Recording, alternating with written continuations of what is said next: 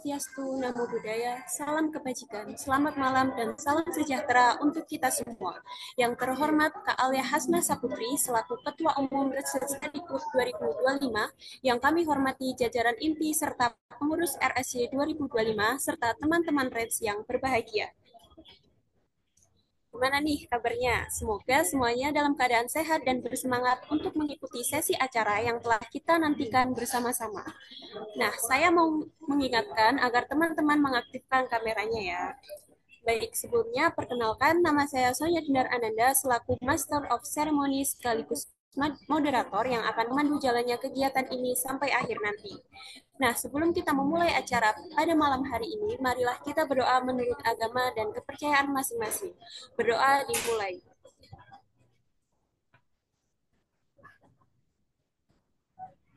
Berdoa tidak pernah usai, namun bisa dicukupkan.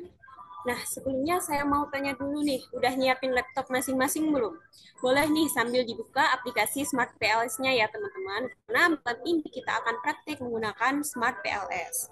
Jadi, Rex Informal kali ini membawakan tema Quantitative Data Analysis with Smart PLS. Seperti tema yang sudah disebutkan, dengan belajar Smart PLS ini, kita akan belajar untuk memprediksi hubungan antar konstruk, mengkonfirmasi teori, dan hubungan antar variabel laten. Karena menjadi seorang peneliti yang baik juga membutuhkan keahlian untuk mengetahui hubungan antar variabel dengan akurat. Nah, sesi materi kita hari ini akan disampaikan oleh pemateri kita yaitu Kak Alia Hasnah Saputri yang juga akan memandu kita dalam sesi praktik bersama. Baik, sebelum kita menyambut pemateri kita yang luar biasa, izinkan saya untuk menyampaikan sedikit mengenai latar belakang beliau. Kak Alia aktif di berbagai organisasi, yakni Research Study Club via UB sebagai Ketua Umum, Ketua Divisi Public Relation, dan Staf Komunikasi Organisasi. Kak Alia juga memenangkan beberapa penghargaan, diantaranya juara 2 Paper Competition Manifest, juara 2 LKTI Mahrojan Usluhuddin, juara 2 artikel Text Lab Text Center via UB, dan masih banyak penghargaan yang lain. Luar biasa sekali, bukan? Pengalaman beliau tentu akan memberikan banyak insight berharga bagi kita semua hari ini. Tanpa berlama-lama lagi, mari kita sambut dengan hangat pemateri kita hari ini, yaitu Kak Alia Hasnah Saputri. Oke, sebelum Kak Alia memulai nih, saya mau mengingatkan buat peserta boleh banget kalau selama si materi berlangsung mencoba Smart PLS masing-masing. Dan kalau ada pertanyaan, bisa langsung ditanyakan. Apakah dari Kak Alia sendiri sudah siap untuk menyampaikan materi, Kak? Halo, insya Allah sudah ya, Son. Oke, baik. Terima kasih, Kak. Karena Kak, dari Kak Alia sendiri juga udah siap, pada Kak Alia saya persilahkan. Oke, thank you ya teman-teman PMC. Tidak expect sampai dibacakan CV-nya. Oke, aku mulai ya guys. Nanti maaf ya kalau aku tiba-tiba off cam karena kadang sinyalnya tidak mendukung. Oke, kayaknya berdasarkan hasil survei teman-teman PMC, banyak banget ya yang pakai SEM. Karena ya yang kita lihat waktu flooring ide, teman-teman itu banyak yang gunain variabel yang kompleks. Ada juga yang pakai moderasi, terus intervening gitu kan. Kalau sekadar variabel bebasnya itu ada banyak, mungkin bisa dianalisis melalui SPSS. Nah, tapi kita mari kenalan lagi ya guys. Oke, sebentar. Oke, nah, oke, jadi apa sih SEM itu ya? Sebelum teman-teman menentukan banyak variabel itu, ya diharapkannya udah tahu lah ya, SEM itu adalah Structural Equation Modeling. Nah, SEM itu merupakan teknik analisis statistik yang mampu menganalisis pola hubungan antar konstruk laten dan indikatornya, konstruk laten yang satu dengan lainnya, serta kesalahan pengukuran secara langsung. Jadi ya, di sini ada kosakata ya teman-teman, namanya konstruk laten. Nah, itu adalah hubungan antara hal-hal yang tidak bisa diukur secara langsung gitu. Dalam analisisnya nanti ada hasil uji yang menjelaskan terkait pengaruh direct dan indirect hubungan suatu variabel. Dan jadi kalau indirect di sini antara hubungan X ke Z ke Y ini atau bisa dibilang Z ini adalah intervening ya teman-teman kalau ada di tengah itu. Nah, itu adalah hubungan tidak langsung di mana X itu harus melalui Z dulu kemudian baru bisa ke Y itu yang indirect. Nah, kalau yang direct itu ya X langsung ke Y gitu. Ini merupakan regresi linear dan regresi linear berganda bisa melakukan ini saja gitu. Nah, biasanya regresi linear itu ya X ke Y ini ya. Tapi kalau regresi linear berganda itu X-nya biasanya lebih dari satu atau X1, X2, X3 gitu. X itu variabel bebas ya, teman-teman. Dan Y adalah variabel independen. Sorry, variabel terikat gitu. Nah, kemudian, nah ini tuh biasanya kalau untuk softwarenya itu pakai SPSS biasanya, atau sebenarnya ada lagi.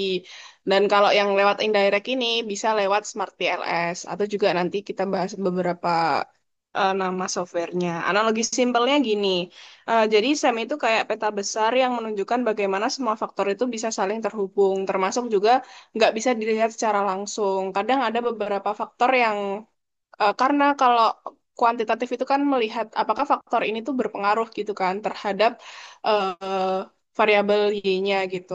Nah, apakah hanya faktor itu saja, hanya variabel yang kita uji saja, apakah ada faktor-faktor lain yang ternyata juga mempengaruhi gitu.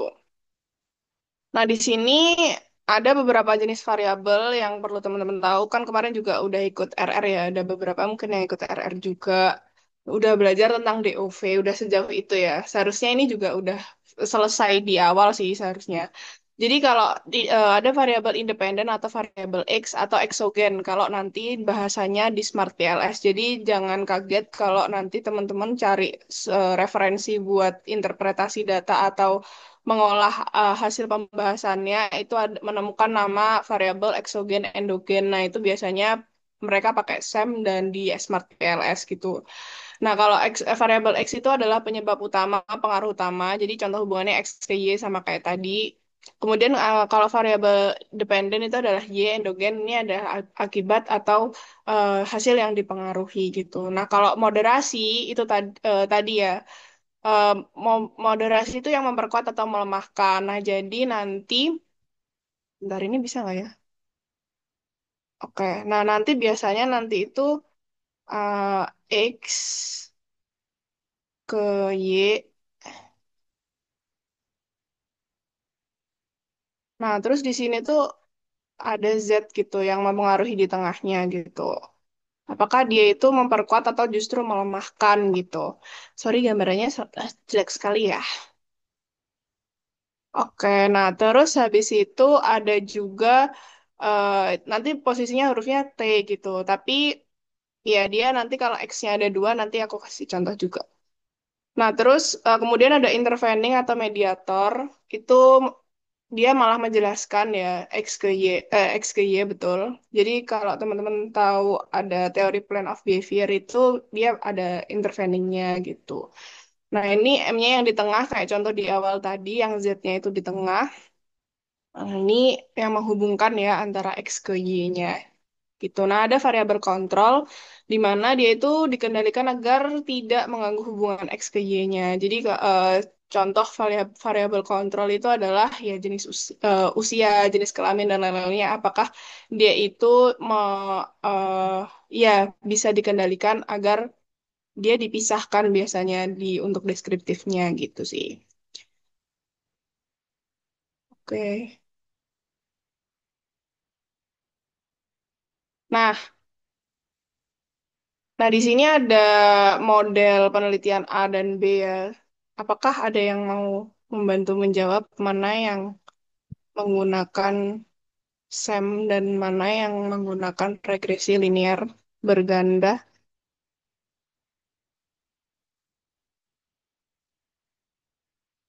Apakah penjelasanku terlalu kecepatan, sahabat, teman-teman?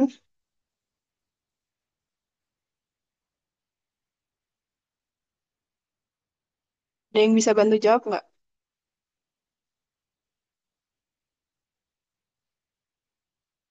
Sonnya mau jawab, Son? Ayo coba, Son.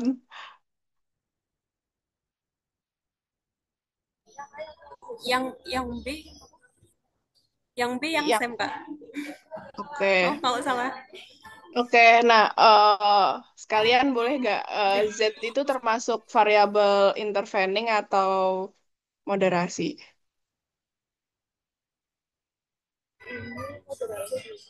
Moderasi. Oke, benar. Siap-siap. Thank you ya. Benar ya. Jadi kalau yang A Terima kasih Kak itu Bea. dia regresi linear berganda, kalau B dia itu pakai analisis stem, terus juga ini karena ada moderasinya. Ini moderasi ya, guys. Oke. Nah, di sini ada perbedaan sekilas juga tadi udah aku sebutin. Ya, kurang lebih seperti ini ya. Ini untuk ilmu buat teman-teman juga mungkin eh, pakai SPSS dan Stata kalau untuk regresi linear dan regresi linear berganda. Dan kalau SEM itu bisa pakai Smart PLS dan AMOS. Oh iya, yang aku pelajari AMOS itu next levelnya dari SPSS. Jadi dia itu kan SPSS itu kan IBM kan juga ya dari IBM. Nah, AMOS itu juga dari IBM juga gitu. Cuman versi lebih kompleksnya aja gitu. Nah, yang kurang lebih seperti ini yang ada di tabel. Nah, kita masuk ke SEM ya, teman-teman. Jadi nanti ketika teman-teman menganalisis dan juga ada hasil uji di Smart PLS itu ada dua model. Yang pertama adalah outer dan yang kedua adalah inner gitu. Nah, di sini ada beberapa contoh-contohnya yang bakal kita bahas selanjutnya. Nah, ini ada notasi. Nah, ini statistiknya ya, teman-teman yang bakal jadi acuan nanti ke depannya buat ngaturnya. Oh ya, by the way, kalau biasanya kalau di SPSS itu kan tadi ada uji multikolinearitas, terus normalitas. Ya, sebenarnya sama juga sih di apa di Smart PLS itu juga ada, cuman kalau misalnya ada gejala ataupun nggak normal atau gejala, nah di SPSS itu biasanya ada transform datanya, jadi bisa secara manual dikasih rumusnya biar dari jadinya nggak ada gejala gitu tanpa memanipulasi datanya ya, jadi ada rumus statistiknya gitu. Mungkin nanti teman-teman kalau mau lihat yang versi SPSS ada sih, nanti aku coba kirim ya, itu punyanya Kak Andri kemarin. Nah, kalau yang di Smart PLS, karena Smart PLS ini yang dia mengukurnya secara kompleks ya, jadi dia nggak ada yang transform data gitu, memasukkan rumus statistik gitu. Jadi yang bisa diubah salah satunya adalah dengan cara eh, kalau nggak menghapus salah satu indikatornya, atau juga menghapus variabelnya gitu. Nah, nanti coba aku kasih case di mana ada terjadi suatu gejala ya. Oke, lanjut. Nah, di sini ada langkah-langkahnya. Nanti bakal ada inner, outer, diagram jalur, kemudian ada konversi diagram. Diagram jalur itu adalah pet coef ya. Terus habis itu ada estimasi coef jalur, loading, weight, goodness fit, dan menggunakan bootstrapping untuk yang ibaratnya nanti samplingnya itu lebih banyak. Biasanya ini ada 500 gitu. Yang awalnya mungkin dari teman-teman sampelnya sekitar 100, 115, 120 gitu. Oke. Nah, di sini ada pengukuran outer gitu. Nah, analisis outer model ini dilakukan untuk memastikan bahwa pengukuran yang dilakukan digunakan itu valid dan reliable gitu. Jadi, maksud dari kata-katanya itu, jadi outer model ini bakal ngecek nih, apakah pertanyaan-pertanyaan item yang kita gunakan itu dalam kuesioner itu atau indikator yang kita pakai itu benar-benar bisa mengukur apa yang ingin diukur gitu. Nah, valid di sini maksudnya adalah tepat dan relevan terhadap pertanyaan gitu. Kalau reliable dia konsisten dan harus stabil gitu. Nah, di sini validitas nanti di bagian Smart PLS-nya bakal ada validitas konvergen, validitas diskriminan, dan reliabilitas. Nah, untuk yang konvergen sendiri, di sini nanti biasanya itu parameternya adalah loading factor dan average variance extracted. Atau juga sebenarnya ada lagi, cuman biasanya yang dipakai itu AV tergantung teman-teman tuh rujukannya itu apa, jurnal rujukannya gitu. Di sini patokannya adalah 0,70 untuk confirmatory research, dan kadang ada juga yang 0,50, tergantung, balik lagi sebenarnya untuk patokan itu tergantung mengacu ke penelitiannya siapa gitu. Kemudian lebih dari 0,6 untuk explanatory research. Nah, jadi kalau confirm itu biasanya untuk lebih ke menguji teori ya. Kalau explanatory itu untuk melihat pengaruh gitu. Oke, nah kemudian untuk patokan kalau minimal AV-nya itu adalah lebih dari 0,5 untuk confirmatory dan explanatory, dua-duanya sama untuk AV. Jadi kalau semua pertanyaan atau item yang digunakan untuk mengukur suatu hal variabel laten itu punya nilai lebih dari 0,70 dan nilai AV-nya itu juga lebih dari 0,50, maka di sini bisa dikatakan kalau si variabelnya itu sangat kuat mewakili apa yang mau diukur gitu. Dan sebagian sebesar informasi itu benar-benar menjelaskan variabel yang dimaksud gitu. Oke, nah ini kalau validitas diskriminan ya. Jadi kalau ini bertujuan untuk memastikan bahwa jawaban responden untuk tiap variabel itu fokus dan tidak bercampur antar variabel. Jadi tidak ngedouble gitu. Nah, di sini itu tadi ya nilai AV dan varians rata-rata itu diekstraksi harus lebih tinggi dari korelasi variabel laten tersebut. Oke, nah tadi AV itu digunakan untuk mengetahui tercapainya syarat validitas diskriminan yang tadi ya kita udah bahas di sini konvergen kan. Tuh, nah ternyata AV itu juga berfungsi untuk ngecek nih validitas diskriminannya seperti apa. Kemudian di sini ada HTMT gitu ya. Jadi kalau dia kurang dari 0,9 itu artinya metode alternatif yang direkomendasikan untuk menilai validitas diskriminan. Jadi itu tadi untuk melihat validitas diskriminan nggak harus lewat AV, tapi juga bisa HTMT gitu. Tapi memang banyak beberapa yang menggunakan nilai AV gitu. Nah, cross-loadingnya 0,7 akar kuadrat AV. Nah, ini nanti bisa dicek juga di validasi diskriminan bagiannya, korelasi antar konstruk lainnya. Pada nilai cross-loading, nilai korelasi konstruk dengan item pengukuran konstruk itu sendiri lebih dari konstruk lainnya. Mungkin dari teman-teman agak bingung ya ini kata-katanya seperti apa, tapi nanti coba kita eksekusi langsung di Smart PLS karena kata-katanya sama kok, cuman beda di bahasa Inggris aja.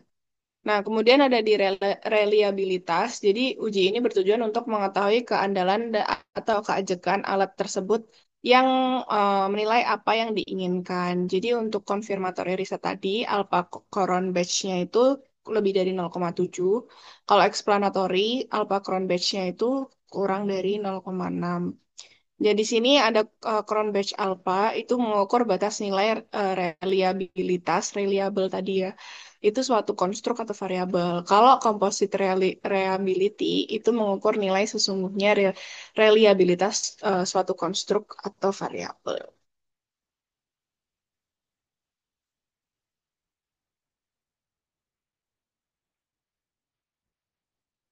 Oke, nah selanjutnya tadi udah selesai di outer kan. Nah, sekarang kita ke inner. Nah, inner itu model struktural dalam PLS itu bagian menjadi hubungan antar variabel laten. Oke, nah di sini bahasa simpelnya, apakah si hubungan antar variabel itu dalam model penelitian saling memengaruhi dengan baik dan apakah model penelitian itu bisa digunakan untuk memprediksi hasil dengan akurat? Di sini ada beberapa yang bakal dicantumkan dalam interpretasi data dan juga nanti dibahas di pembahasan data itu ada R square, chi square, kemudian SRMR, goodness, kemudian PLS predict itu bisa dimasukkan bisa enggak dan ya robustness check dan juga uji linearitas. Di sini kalau p-value-nya itu lebih dari 0,05 berarti tidak ada perbedaan signifikan. Artinya hubungannya itu linear. Tapi kalau kurang atau sama dengan berarti dia ada perbedaan signifikan. Artinya hubungannya mungkin tidak linear atau bengkok atau acak gitu. Jadi ya nggak linear gitu. Oke.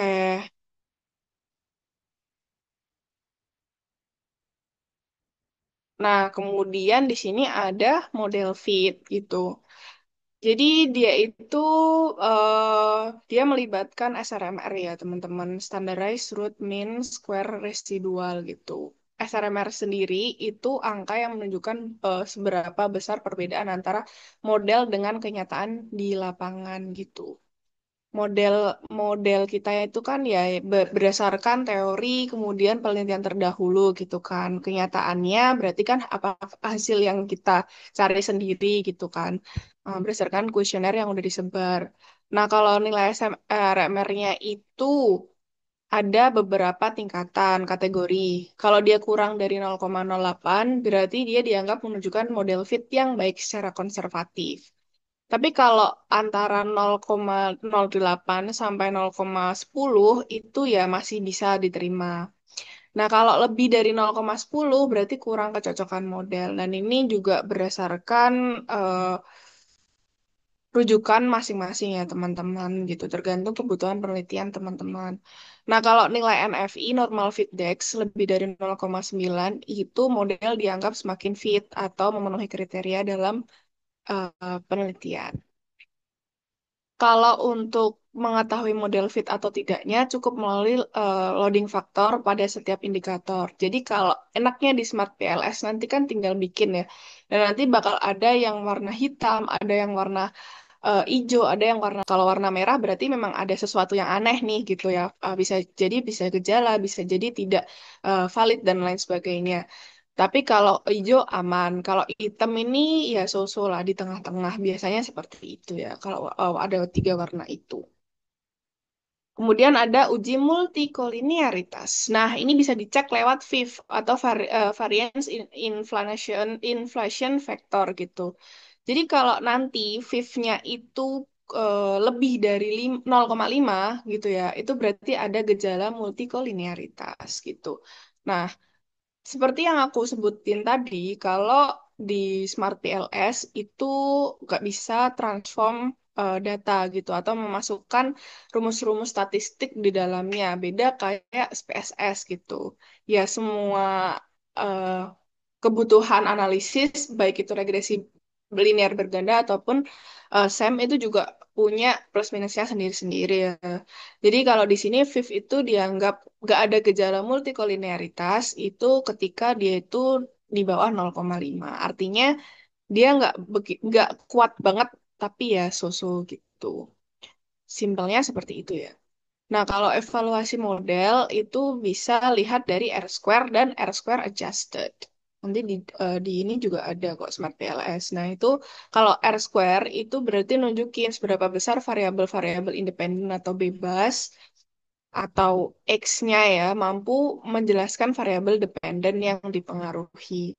Misalnya nih, ternyata di Smart PLS tadi menunjukkan R square-nya itu 0,65. Artinya 65% variasi dari hasil variabel dependen misalnya adalah motivasi hedonisme gitu ya. Bisa dijelaskan oleh variabel-variabel yang ada di dalam model gitu. Nah, kalau R square adjusted itu versi yang sudah disesuaikan dari R square. Ini memperhitungkan jumlah variabel dalam modelnya. Oke, kemudian kalau eh, pet koefisien ya ini harusnya di awal sih.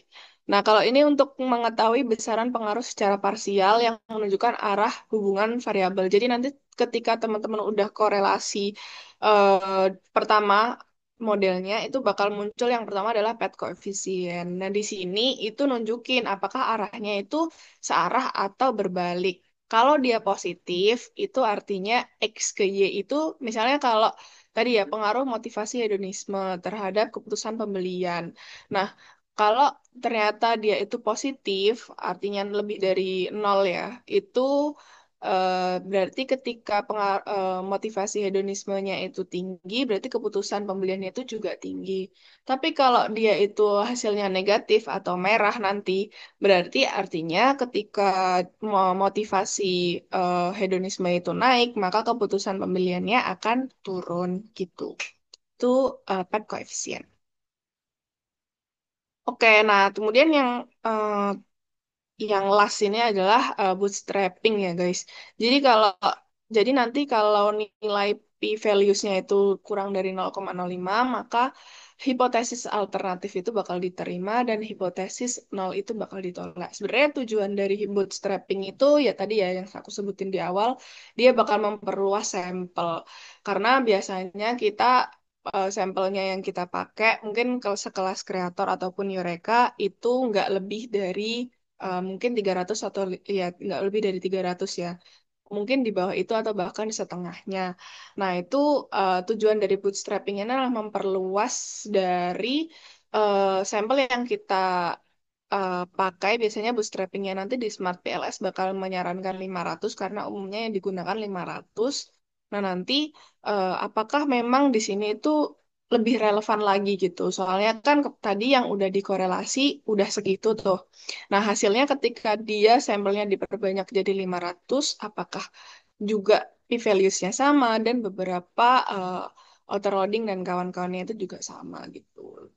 Aman gitu. Nah, di sini kalau itu tadi ya, kalau p-values kurang dari 0,05, maka hipotesis alternatifnya diterima dan hipotesis nolnya ditolak gitu.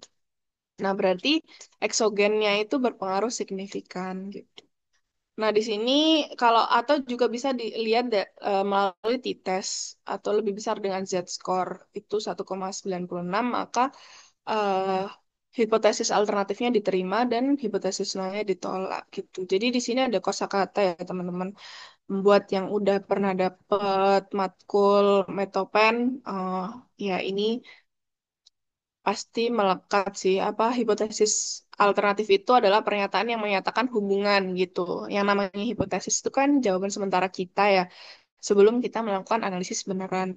Nah, kalau hipotesis nol berarti pernyataannya menyatakan tidak ada hubungan. Jadi setiap peneliti di dalam eh, analisisnya itu pasti sebelumnya di proposalnya ya terutama itu bisa menyertakan hipotesis alternatif dan hipotesis nol. Nah, nanti setelah tadi uji signifikansi itu didapatkan apakah akhirnya HA itu diterima atau tidak gitu atau HO yang diterima gitu.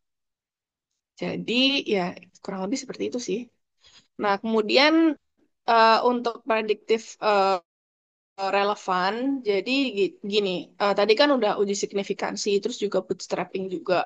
Jadi di sini prediktif relevan itu menunjukkan apa dengan kekuatannya gitu ya. Oke, nah jadi jika nilai prediktif relevan itu lebih dari nol, maka nilai observasi itu sudah oke atau memiliki prediktif relevansi model struktural yang baik gitu. Nah, di sini juga didukung sama F-square yang menggambarkan besarnya pengaruh dari variabel laten eksogen terhadap variabel laten endogen X ke Y ya, yang pada tatanan strukturalnya. Nah, di sini ada kategori menurut Cohen itu ada kategori lemah, moderat, dan kuat. Atau bahkan juga kadang ada yang merah gitu. Yang di bawah 0,02 ya maksudnya. Nah, terus di sini jadi F square itu ukuran effect size gitu. Jadi seberapa kuat sih pengaruhnya X ke Y misalnya ya. Apakah sangat kuat, apakah ya so-so atau moderat aja, dan apakah itu tuh lemah gitu. Nah, kemudian di sini ada aku kasih contoh, itu kalau pengaruh X1, X2, kemudian Y1, ini adalah intervening ya teman-teman, dan memiliki nilai F2-nya itu adalah, atau F square-nya itu adalah 0,10, berarti di sini dia di bawah 0,15 tapi di atas 0,2. Nah, berarti dia masuk ke lemah gitu. Nah, tapi gimana kalau dia di bawah 0,02 gitu, berarti hampir gak ada ya malah ya. 0,02 aja udah lemah, apalagi gak ada atau nol gitu, berarti ya tidak ada pengaruhnya gitu. Dan itu fine sih ya teman-teman, kecuali tadi kayak multikolinier, reliable, valid, itu seharusnya sih harusnya valid dan reliable dan tidak ada gejala multikolinier. Tapi kalau pengaruh ini gitu, ya itu nggak apa-apa. Kalau ternyata nggak ada pengaruhnya, ya it's okay. Apalagi kalau didukung sama penelitian terdahulu yang dimana ternyata itu nggak ada pengaruhnya gitu, ya itu nggak apa-apa. Jadi nggak apa-apa. Penelitian kuantitatif itu nggak harus semuanya diterima. Itu sih apa yang udah aku pelajari ya. Oke. Nah, kemudian chi-square ya. Tadi ada F-square dan chi-square tadi. Dia itu ukuran statistik yang digunakan untuk menguji predictive relevance atau predictive model struktural in model. Nah, kemudian langsung singkat saja ya. Jadi kalau chi-square-nya itu lebih dari nol, berarti predictive relevance-nya baik. Kalau kurang dari atau sama dengan nol, berarti kurang tidak memiliki relevansi prediktif. Nah, contohnya dia 0,321 ya, berarti dia lebih dari 0 gitu kan. Berarti di sini relevansi prediktifnya adalah berarti model dapat menjelaskan sekitar 32,1%. Oke. Nah, ini goodness fit-nya. Jadi kalau 0,1 berarti kecil, 0,025 sedang, dan 36 itu besar. Oke, mari kita praktik ya guys. Aku off cam ya guys, sepertinya tidak memungkinkan.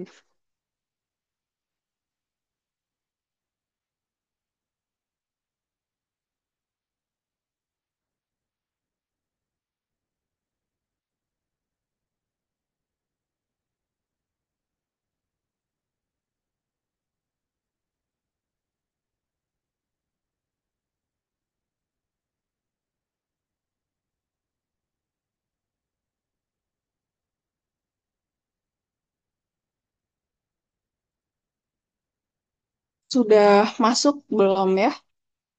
Oh, udah. Sudah, Kak. Oke. Nah, di sini aku ada model penelitian. Di sini ada penerapan sistem e-filing ya. Ini adalah sistem yang ada di perpajakan, di dalamnya DJP online untuk pelaporan pajak ya. Ini adalah ditaruh di variabel X1, kemudian ada kualitas pelayanan perpajakan, di mana dia adalah X2, variabel independen yang kedua.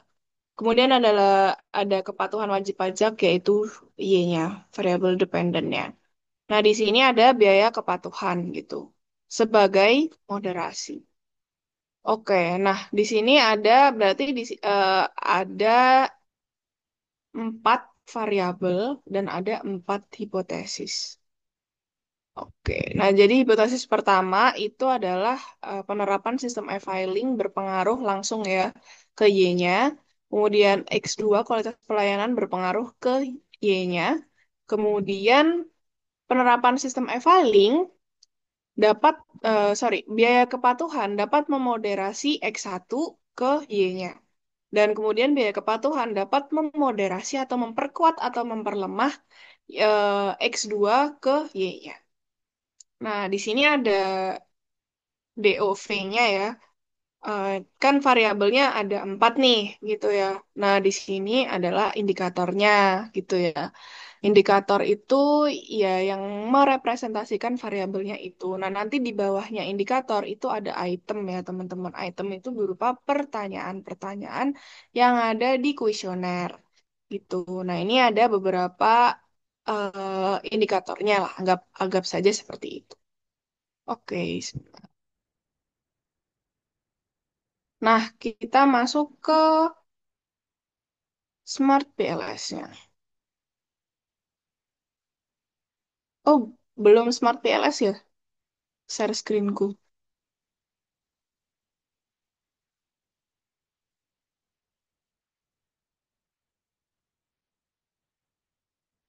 Oke.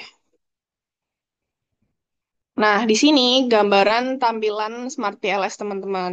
Lebih enak daripada SPSS sebenarnya. Oke, di sini ada new project, anggapanlah Reps ya. Oke, oke. Nah, kemudian di sini tuh ada modelnya dan di double klik to import data. Oke, nah di sini bentar, aku mau impor. Oh ya, impornya datanya di sini itu adalah berupa CSV ya, teman-teman. Nah, ini adalah data yang akan aku impor. Oke, ada rename data, anggaplah data. Nah, di sini biasanya kalau teman-teman nggak pakai CSV, itu nanti bakal nggak kedetek datanya. Nah, di sini udah kedetek semua nih. Di sini ada mean-nya, mediannya, gitu kan. Dan ya seperti ini ya tampilannya ya teman-teman. Untuk raw file-nya itu jadinya seperti ini kalau CSV kan, gitu. Nah, ini merupakan hasil dari eh, apa datanya. Sebentar, coba aku bantu buka ya untuk kasarnya. Nah, jadi kayak gini ya. Tadi kan PSEI ini adalah eh, sistem e-filingnya gitu kan. Penggunaan sistem e-filing tadi ada berapa indikator? Ada 4 ya. Ada 4. Kemudian pelayanan perpajakan itu ada 5 indikator ini gini. Kemudian ada yang moderasinya yaitu biaya kepatuhan. Nah, itu ada 3 tuh. Nah, kemudian ada kepatuhan wajib pajak itu ada 4 gitu. Jadi Kurang lebih kayak gini. Nah, dia pakai skala Likert 1 sampai 5 ya. Jadi kalau satu itu sangat tidak setuju, kalau 5 itu sangat setuju gitu. Nah, di sini itu sudah menggambarkan dari respondennya, di mana respondennya dia itu ada 121 gitu. Oke, wait. Nah, udah ya, eh, sampai sini. Nanti kalau aku kecepatan, mohon diingatkan ya, guys. Nah, di sini kita lihat lagi nih model yang kita pakai gitu. Nah, di sini ada X1. X1 itu kan PSE ya, penerapan sistem e-filing gitu. Oke, kita bikin, eh, jadi bisa tinggal ditarik aja gitu. Tinggal ditarik di blok terus ditarik ke sini gitu. Nah, tapi kalau teman-teman mau bikin manual ya nggak apa-apa. Sebentar. Bisa pakai laten variabel ini, kemudian ditambahkan. Nah, kemudian bisa yang di blok ini ya KPP, Kepatuhan eh, Pelayanan ya. Nah, itu dimasukkan ke laten variabelnya. Udah jadi gitu. Atau tinggal tarik aja juga nggak apa-apa. Oke, nah sebelumnya kita rename dulu ya guys. Bentar. Ini perlu diselect dulu, kemudian ini diklik kanan, kemudian di rename, kita namakan X1 ya. Tadi ya, PSE itu kan X1, kemudian yang KPP itu adalah X2. Oke, ini bisa ditarik-tarik, kemudian kalau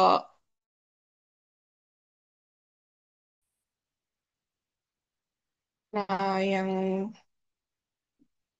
GBK ya ini adalah moderasinya. Kita rename adalah variabel Z-nya. Dan kemudian ada variabel y-nya.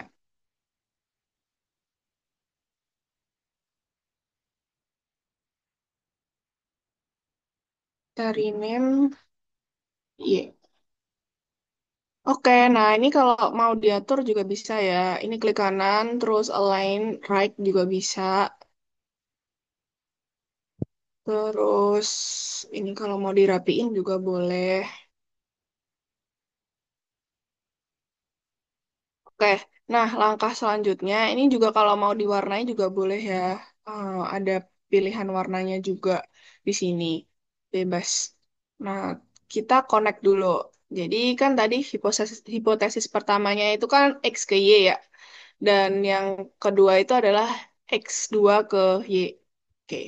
Nah, yang ketiga adalah moderasi gitu. Tapi di sini karena moderasinya itu juga harus dihubungkan ke Y dulu gitu. Supaya apa ya? Supaya dapat birunya inilah ibaratnya semuanya terhubung gitu.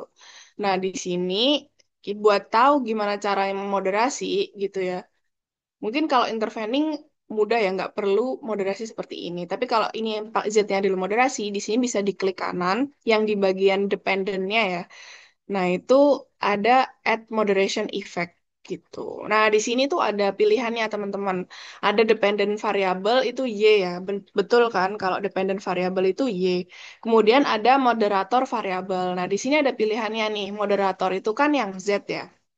Oke, nah ada independent variable. Nah, independent di sini adalah kita melihat dulu nih apakah si moderasi, si Z ini bisa memoderasi X1 ke Y gitu.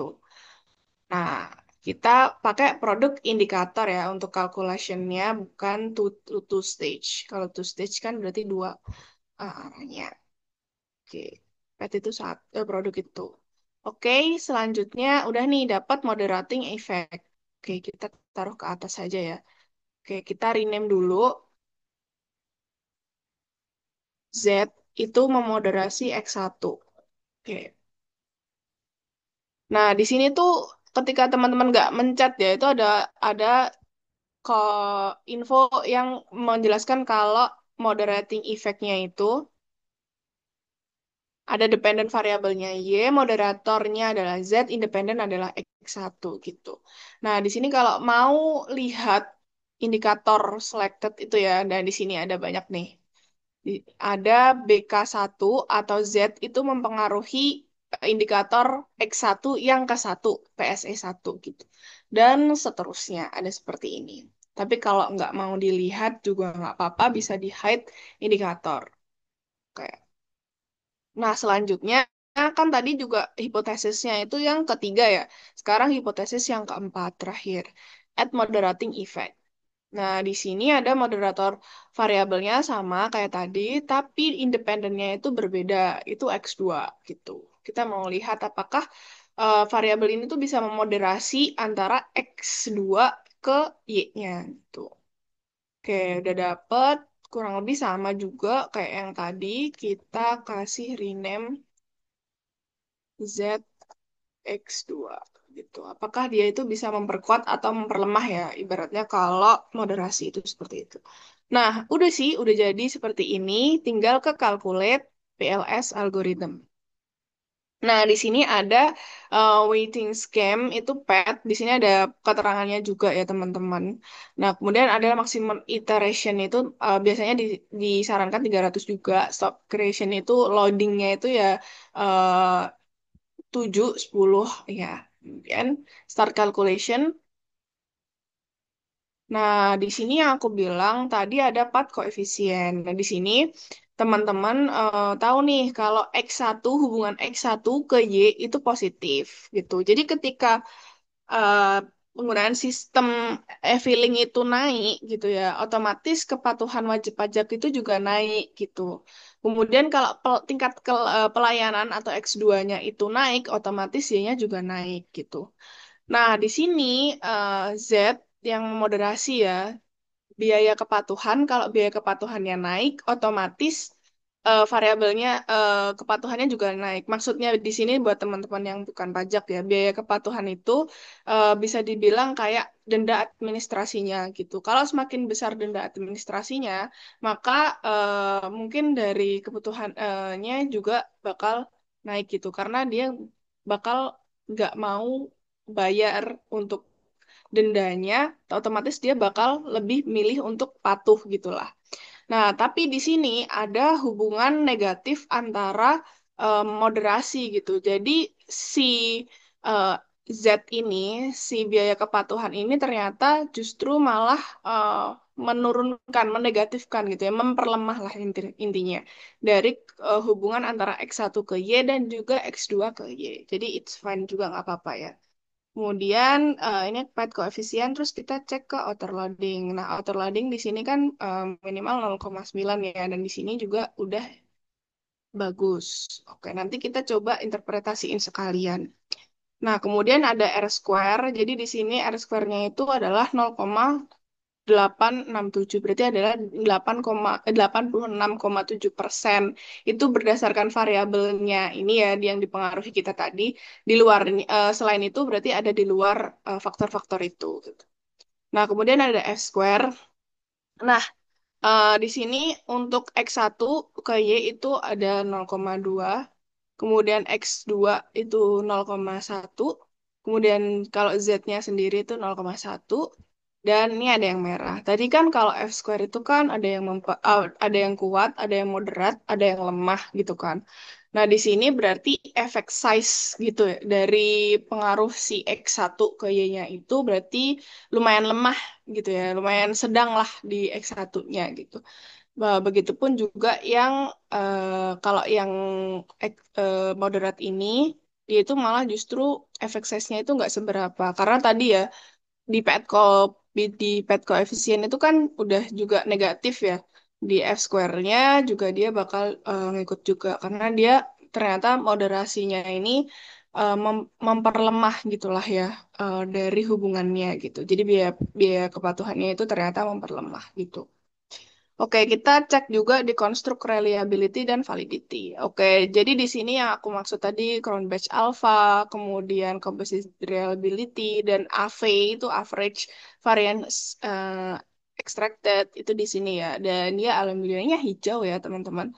Nah, di sini bisa dicek kalau teman-teman lupa batas minimalnya berapa, crown batch apa itu 0,7 di sini ada ya 0,7. Kemudian kalau composite reliability-nya juga di atas 0,7 semua. AV di atas 0,5 ya tadi yang bagus ya. Nah, di sini AV-nya. Oke. Oke, selanjutnya kita ke diskriminan validity. Oke, nah nanti yang dipakai itu adalah funnel sritternya ini dan cross-loadingnya juga dipakai biasanya. Kemudian ada heteroid ini tergantung sih mau pakai yang mana gitu. Lihat TMT-nya ya teman-teman. Batasnya adalah 0,85. Tuh. Oke, nah selanjutnya kita cek VIF-nya. Nah, ada yang merah nih. Oke, nah ternyata di sini ada yang merah ya teman-teman. Jadi ada kalau VIF tadi kan untuk melihat multikolinearnya. Berarti kalau yang merah ini artinya dia ada gejalanya gitu. Ada gejala multikolinear. Nah, ini tadi yang aku bilang kalau di SPSS itu bisa pakai transform datanya, sedangkan kalau yang di Smart PLS itu nggak bisa. Ya, saran yang aku bisa kasih adalah mencari responden sebanyak-banyaknya atau kita mencoba untuk menghapus salah satu indikator atau juga menghapus variabel yang ada gitu. Oke, nanti kita coba ya. Oke, nah kurang lebih seperti itu gambarannya.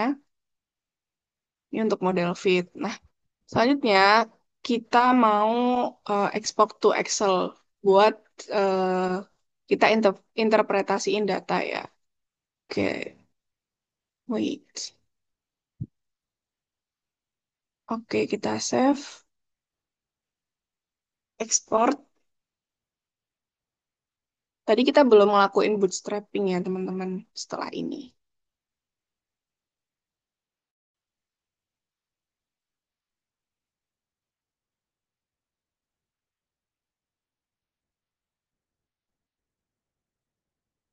Oke, nah di sini tuh udah ada gitu, jadi tinggal copy paste saja nanti nggak apa-apa. Hasilnya sama kok kayak yang tadi. Nah, kita coba interpretasikan ya. Sebelum tadi kan ada uji multikilinear. Tuh, kita coba dulu yang sekarang ya. Nanti kalau multikolinear, aku coba di akhir biar datanya nggak berubah. Beda. Oke, nah di sini ada outer loading ya. Di sini kan ada hasil analis data. Dan yang pertama itu outer ya, sesuai yang tadi di bagian dua bagian itu, SEM itu ada dua bagian, yaitu adalah outer dan inner. Nah, kemudian di sini ada outer loadingnya. Oke, sorry. Bentar. Nah, outer loading di sini itu ada di sini ya bagian. Nanti teman-teman tinggal search juga nggak apa-apa. Oke, kita cek bagian bawah. Oke ya. Di sini ada PSE yang satu, itu X1-nya ya. Ya, ini yang dipakai gitu. Nah, ini outer loadingnya instrumennya. Coba kalau kita copy, sepertinya akan membludak semua. Oke, ya betul. Jadi harus satu-satu.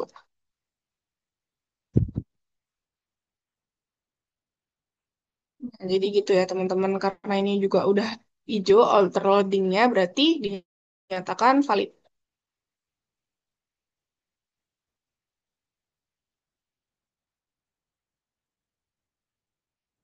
Oke, nah nanti kurang lebih kayak gitu ya. Valid. Oke. Oke, nah selanjutnya mungkin bakal sama kayak gitu terus juga. Nanti bisa diikutin aja ya. Oke, nah di sini dia itu kan moderasinya ada banyak ya, tapi kita pakai yang nggak ada dia memoderasi X1 atau X2-nya. Jadi di sini ada yang BK1 itu ada 0,9 kita taruh di sini. Kemudian ada yang 0,856 di sini. Kemudian ada, sorry,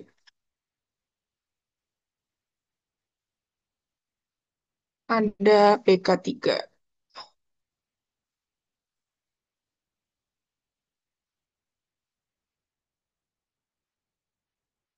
Oke, dan oh ternyata di sini BK-nya ada 3 ya. Bentar, kebanyakan. Oh, sorry.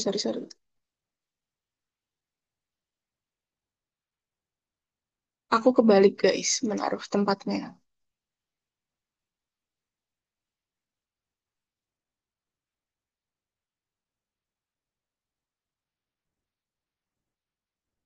Ini harusnya biaya kepatuhan.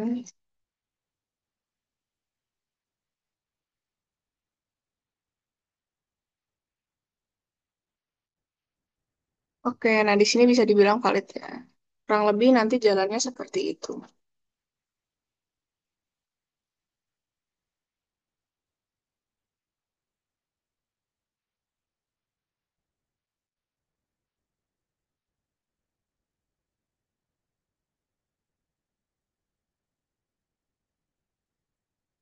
Oke. Nah, berarti di sini bisa kita tambahin keterangan biasanya ya. Nah, berarti misalnya tabel di atas ya ada beberapa ada nama tabelnya, mungkin tabel 4111 itu menunjukkan kalau semua indikator atau model, semua indikator model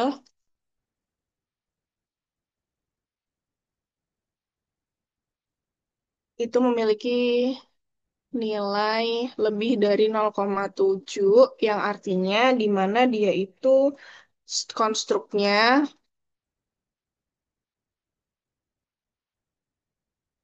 dapat diterima karena valid itu tadi ya. Oke, itu sih. Nah, selanjutnya kita ke average variance extracted tadi. Nah, di sini kita cek aja ya teman-teman, bisa di search. Di sini ada construct reliability dan validity. Dan di sini ada tabelnya ya. Oke, seharusnya kalau mau di copy bisa sih. Sebentar, coba aku pindahkan.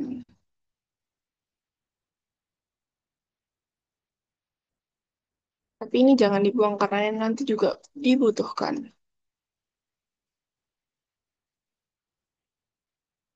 Kita coba copy ya. Di sini, oke. Ta-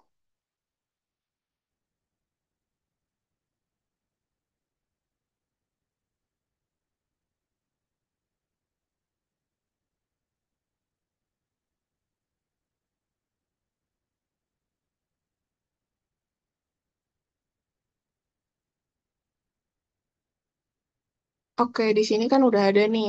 Jadi ada perlu keterangannya.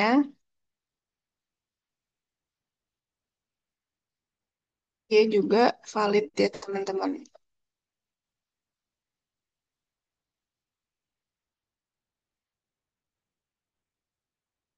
Bisa dirapiin aja ya. Oke. Oke, nah di sini mungkin untuk penjelasan tabelnya itu berdasarkan tabel di atas menunjukkan bahwa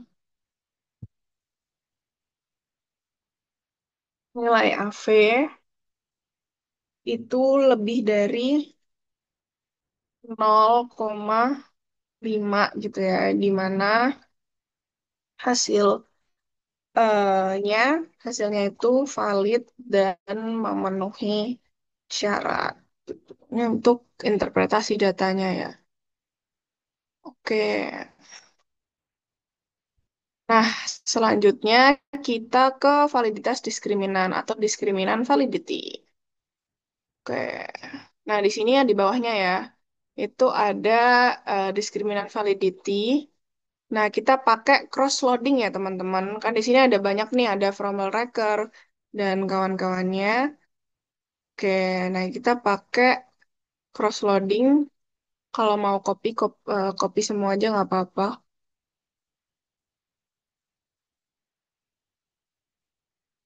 Semoga muat ya. Biasanya di copy semua sih.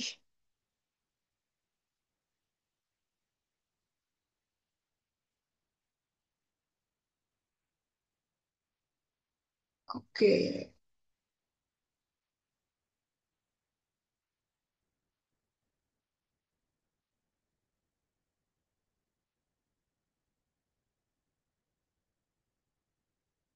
Aku coba bikin landscape biar aman.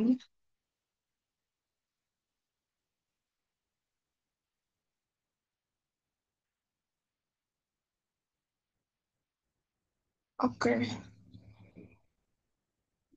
Nah, ini ya, teman-teman, untuk validitas diskriminan dari outer loading-nya.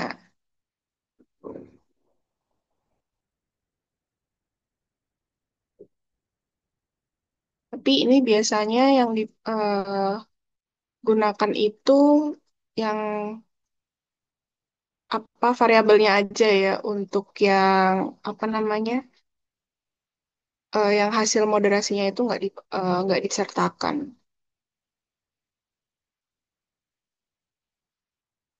Oke, jadi ini sama kayak yang di eh, COEF tadi.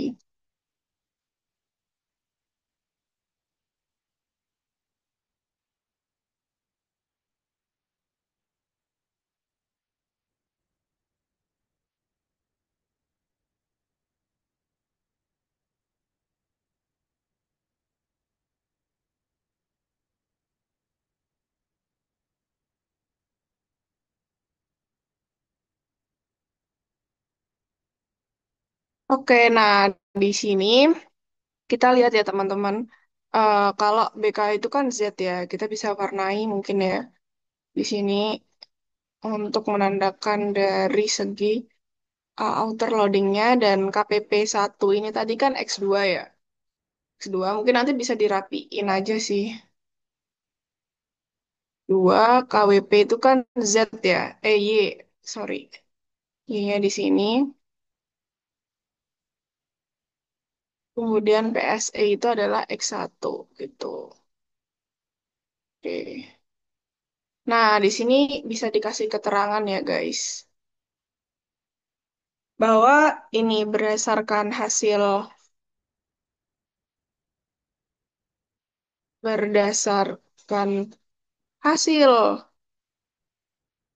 yang disajikan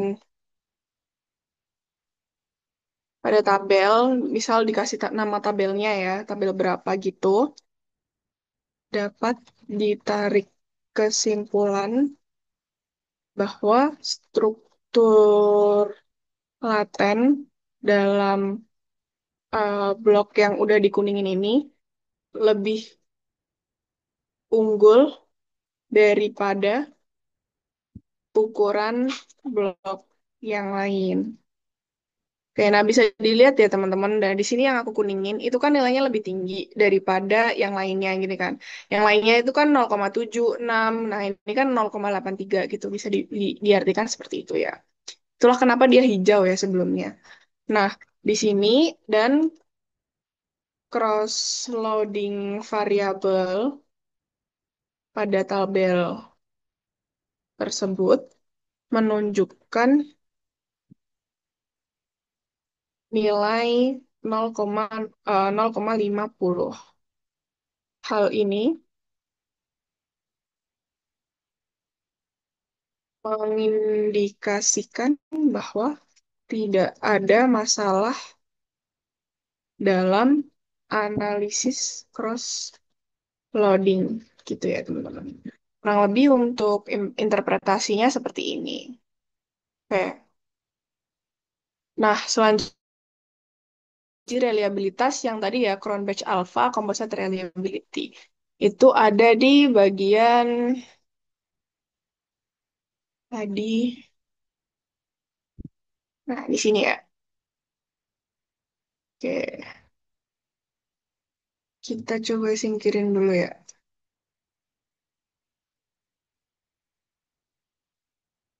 Cronbach Alpha Composite Reliability.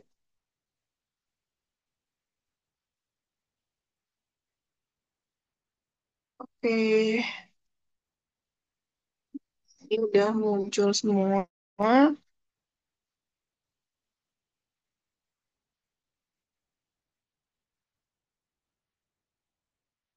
Oke, nah di sini karena udah aman juga ya teman-teman.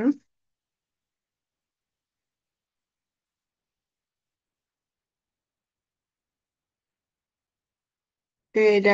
Nah, jadi uji reliabilitas ini kita kasih keterangannya sama untuk nama tabelnya, nilai positif, ya variabel. Bisa dibilang ini dia kan lebih dari 0,7 ya. 0,7 untuk semua konstruk. Hal ini menunjukkan bahwa responden secara konsisten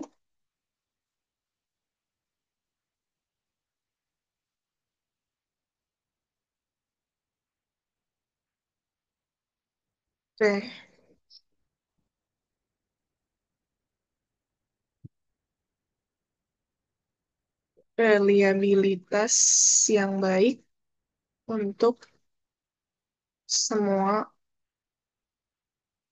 konstruk. Oke, jadi satu aja. Selain itu ya, bersamaan dengan itu juga,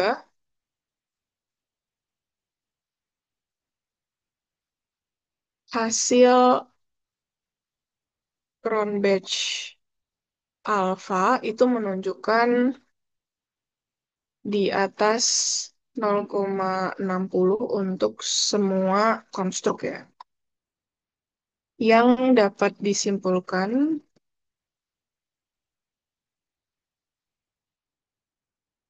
ini reliabilitas semua variabel. Oke, adalah baik. Oke, nah kurang lebih seperti ini ya untuk uji reliabilitas. Oke, kurang dikit lagi kok. Nah, untuk yang R square itu kita cek. Nah, di sini ya ada R square adjusted-nya. Oke, kita tinggal paste. Kemudian tabel option untuk menampakkan ininya ya, guys. Nah, di sini untuk keterangannya tadi kan udah sampaikan ya, jadi tabel di atas diperoleh model struktural R square-nya ya, itu memiliki kriteria yang kuat dengan nilainya itu adalah 0,867 yang menunjukkan bahwa terdapat 86,7% perubahan nilai kepatuhan wajib pajak dipengaruhi oleh variabel dependent model. Dan di sini variabel dependentnya itu bisa kita dependent model atau di sini adalah kepatuhan wajib pajak gitu untuk Y-nya ya. Oke. Nah, kemudian ada after size atau F square yang tadi ya. Effect size atau F square. Oke. Nah, di sini effect size-nya kita ambil. Oke. Oke, ini udah ya. Coba kepatuhan WP terhadap X terhadap Y-nya. Ini adalah 0,2 0,2 ya. Di sini sorry 0,1. Kemudian untuk moderasinya sendiri adalah segini ya teman-teman. Dan di sini untuk biaya kepatuhannya itu 0. Untuk ini juga. Nol, lebih nol ya. Oke, jadi yang perlu dimerahin yang ini ya. Oke, nah di sini kita bisa nunjukin bahwa kita jelasin satu-satu ya, karena kan tadi ada tiga kategori ya untuk effect size-nya. Effect size-nya itu ada tiga, ada kuat, ada moderat, ada lemah gitu.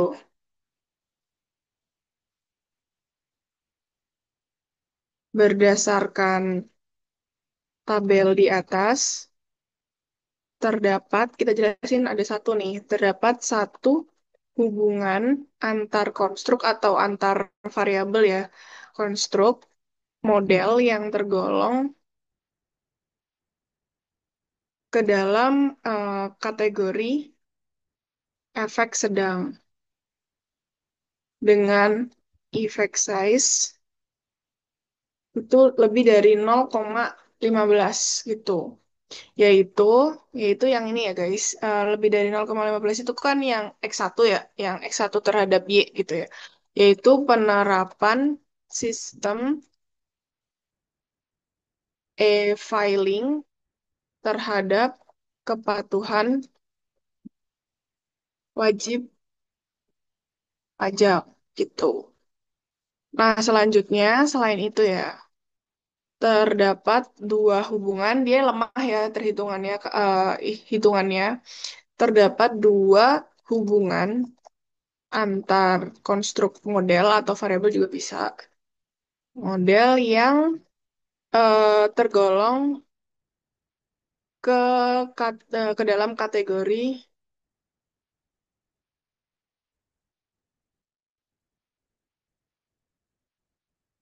ke dalam kategori lemah, efek lemah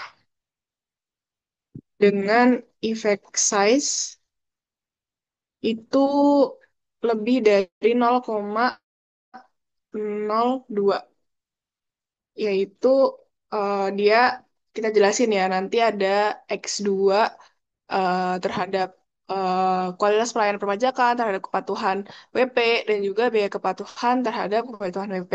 Nah, itu bisa dilanjutin ya.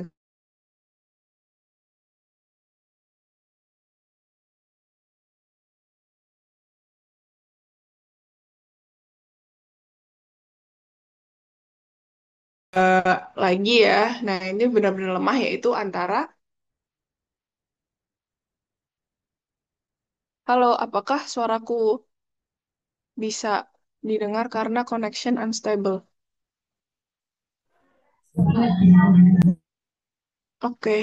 Nah, itu tadi ya, karena waktunya juga tinggal 5 menit lagi. Nah, itu bisa dijelaskan seperti inilah kurang lebih. Berarti biaya kepatuhan ini sangat lemah ya, nggak bisa memoderasi. Ya, moderasinya ada lemah. Oke, selanjutnya kita ke uji hipotesis. Setelah itulah kita pakai yang bootstrapping. Kita belum bootstrapping ya. Nah, tadi itu sebenarnya aku akan coba lanjut dulu. Kita ke bootstrapping dulu. Nah, di sini aku bilang 500 ya. Nah, kita start calculation. Dia nge-sampling gini, nah ini calculate original sampel dan 500 sampel gitu. Nah, di sini diketahui ya ada original sampel, kemudian nah sampel mean, standar, deviation, t-statistik, dan p-values yang nanti bisa teman-teman masukin di sini uji hipotesisnya gitu. Kan ada nih X1 ke Y-nya itu berapa. Nah, di sini, sorry, itu juga bisa di-download ya ke Excel biar memudahkan. Nah, di sini p-values-nya itu merah, artinya apa? Kalau hijau, artinya dia bakal diterima gitu hipotesisnya. Hipotesis alternatifnya diterima. Sedangkan kalau yang merah ini berarti hipotesis nolnya yang diterima, artinya dia ya ditolak sih. Dia tidak berpengaruh karena emang dari awal itu tadi kita udah cek ini emang udah problem gitu. Nah, itu ada di pad koefisien. Nah, itu yang terakhir sih last buat aku kasih salah satu contoh ya interpretasi ya untuk misalnya kita bilang sebelum kita masuk ke uji multikolinier. Jadi misalnya hipotesis Pertama, itu kan tentang X1 ke Y ya.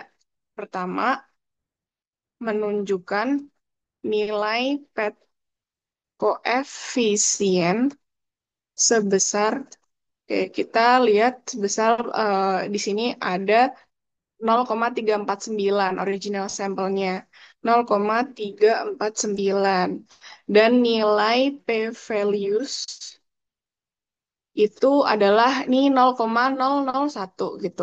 0,001 gitu. Atau bisa dibilang dia itu kan kurang dari 0,05 gitu. Hasil ini menunjukkan bahwa variabel laten, yaitu variabel satu ya,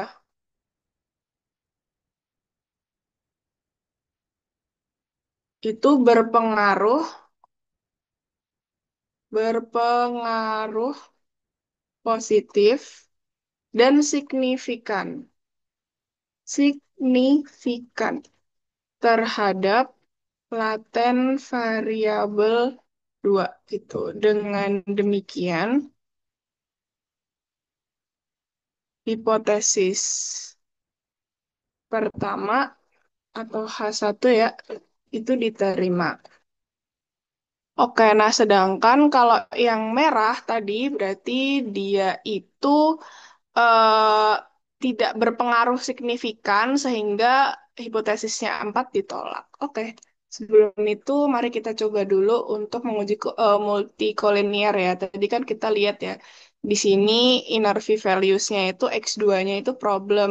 Terus juga ada moderasinya problem. Gimana kalau kita itu X2 ya? Di sini kita lihat ya. Ini kan hasil dari bootstrapping ya, cuman seharusnya sih kita bisa menghapus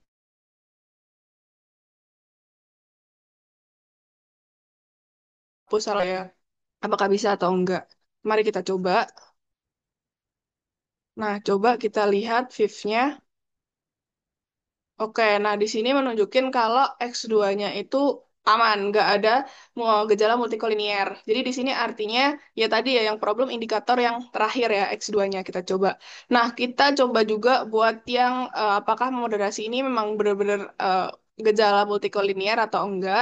Kita coba lagi juga. Oke, mungkin di sini sebenarnya angkanya gede-gede ya. Oke, bentar. Kita terakhir juga. Nggak bisa gacha ya nanti ya teman-teman. Tetap harus ada rujukannya. Ini aku menggambarkan saja. Jadi kita lihat Viv-nya. Oke, sepertinya masih merah ya. Oke, jadi makin malah besar. Oke, jadi di sini bisa disimpulkan juga ternyata ada gejala moderasinya gitu ya. Biaya kepatuhan ini memang ada gejala gitu.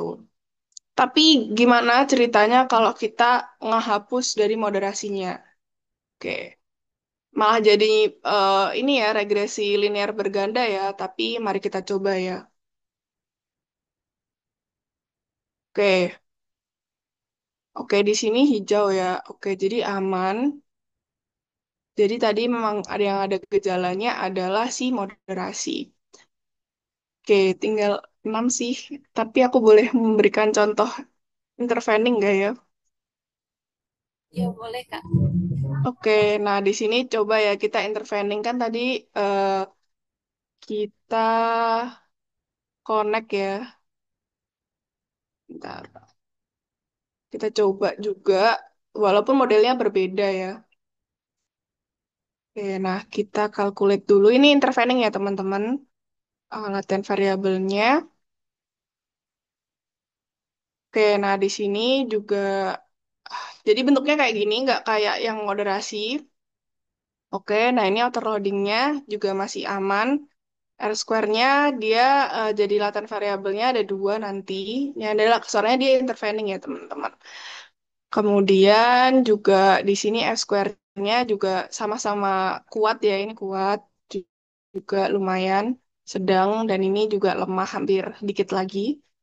Kemudian konstruk reliable, reliable semua ya untuk metriknya AV-nya juga aman.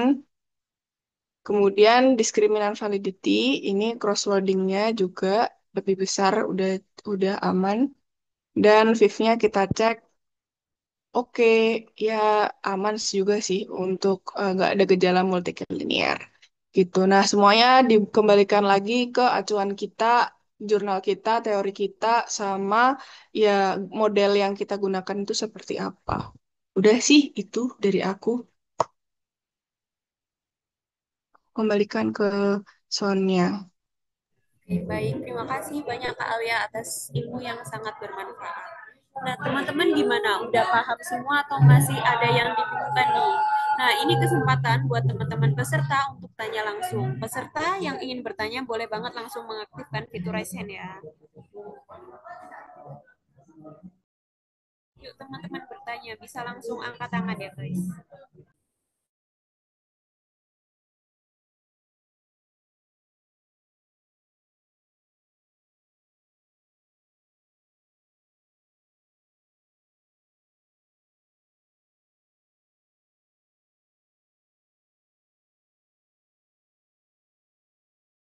Oke, untuk Reina silahkan bertanya. Oke, terima kasih atas kesempatannya. Maaf aku nggak bisa on cam. Jadi untuk kalian aku pengen nanya. Kadang kan pertanyaan dalam kuesioner itu kita ngerasanya udah tepat ya Kak. Tapi ternyata itu tuh nggak valid atau tidak reliable gitu waktu diuji di Smart PLS-nya. Nah, apakah ada tips dari Kak Aliyah dalam merancang pertanyaan yang valid dan reliable sejak awal gitu? Terima kasih. Langsung dijawab atau dikumpulkan dulu Kak? Boleh aku jawab? Oke, baik Kak, silahkan. Oke, thank you pertanyaannya ya Reina. Jadi gini, kalau semisal dia eh, di dalam kuesioner itu tadi, makanya aku tadi bilang ya, ada di kalau di kuanti itu ada yang namanya variabel, ada yang namanya indikator dan ada namanya item. Nah, untuk teman-teman mengambil ini semua itu tuh berasal dari penelitian terdahulu ataupun juga teori atau model yang teman-teman gunakan gitu. Nah, teman-teman bisa mengubah item atau teorinya itu berdasarkan objek yang penelitian yang teman-teman gunakan. Misalnya nih, teman-teman kalau pernah mengisi kuesioner kakak-kakak yang lagi skripsi dan mereka pakai TAM atau UTAUT ya. TAM itu kan teknologi acceptance model misalnya gitu. Nah, itu nanti apakah salah satunya mungkin apakah Anda akan merekomendasikan untuk penggunaan aplikasi A ke teman dekat Anda, keluarga Anda, dan lain sebagainya. Nah, itu tuh pertanyaannya tuh udah pakem seperti itu, tapi aplikasinya itu bisa diganti.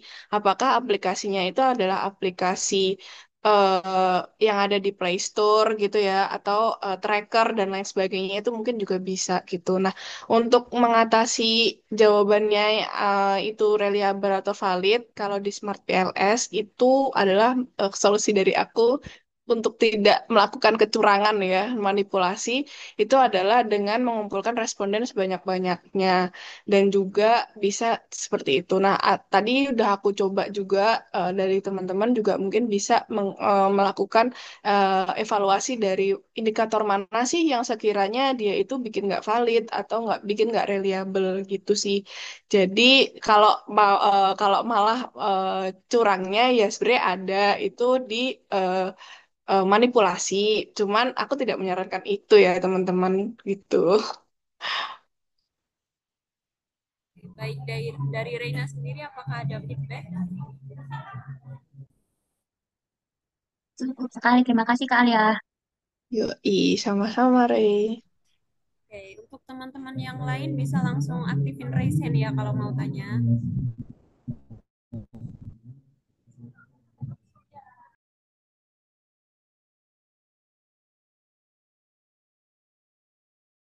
Oke, Nadia, silahkan Nadia. Baik, terima kasih atas kesempatan yang diberikan. Dan terima kasih buat Kak Alia atas pemaparan materinya yang sangat insightful. Jadi sebelumnya aku izin tidak on cam ya Kak, karena sedang ada kendala. Jadi gini, tadi kan sudah sempat dibahas mengenai variabel mediasi dan moderasi. Nah, menurut Kak Alia sendiri gimana sih cara bedain antara variabel mediasi sama moderasi ini dalam konteks penelitian sosial? Terus Kak Alia pernah nemu nggak? Oke, oke. Eh, aku nanti bantu cari modelnya ya. Sebenarnya kalau eh, moderasi itu dia memperkuat atau memperlemah. Makanya dia bentuknya itu T. tadi.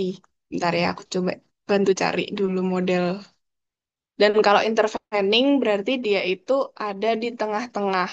Mungkin orang menganggapnya dia itu adalah variabel dependent pertama dan variabel dependent kedua itu ada di paling ujung kanan.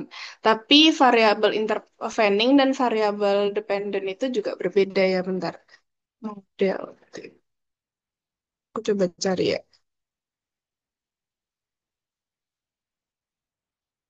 Oke, nah aku share screen sebentar.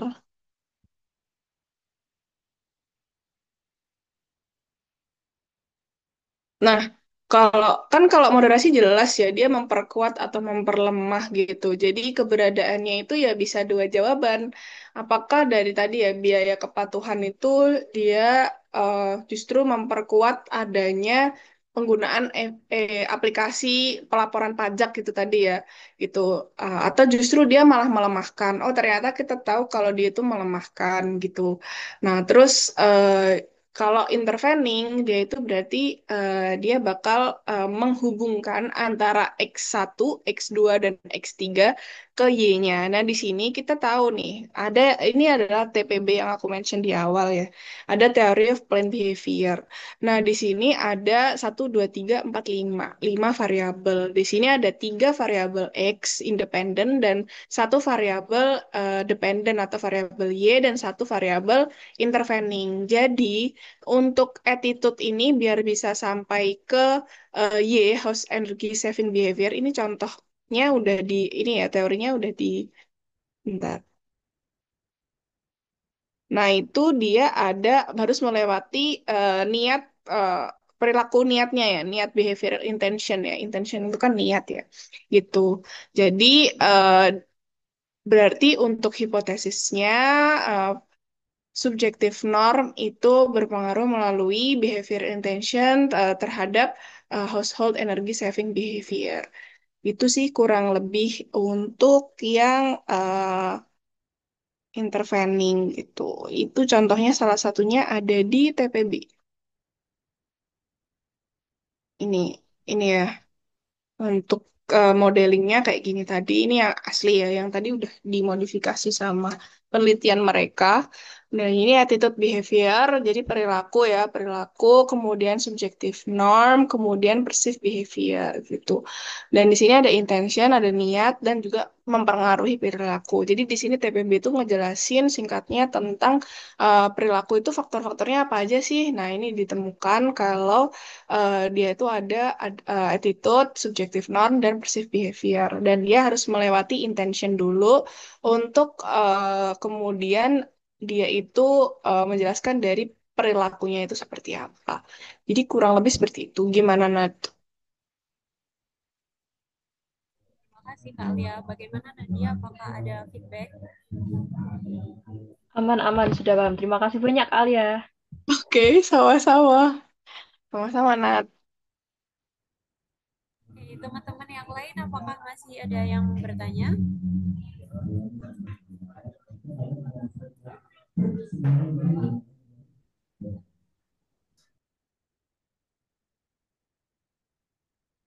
Oke, mungkin dari aku sendiri juga mau tanya nih Kak Alia.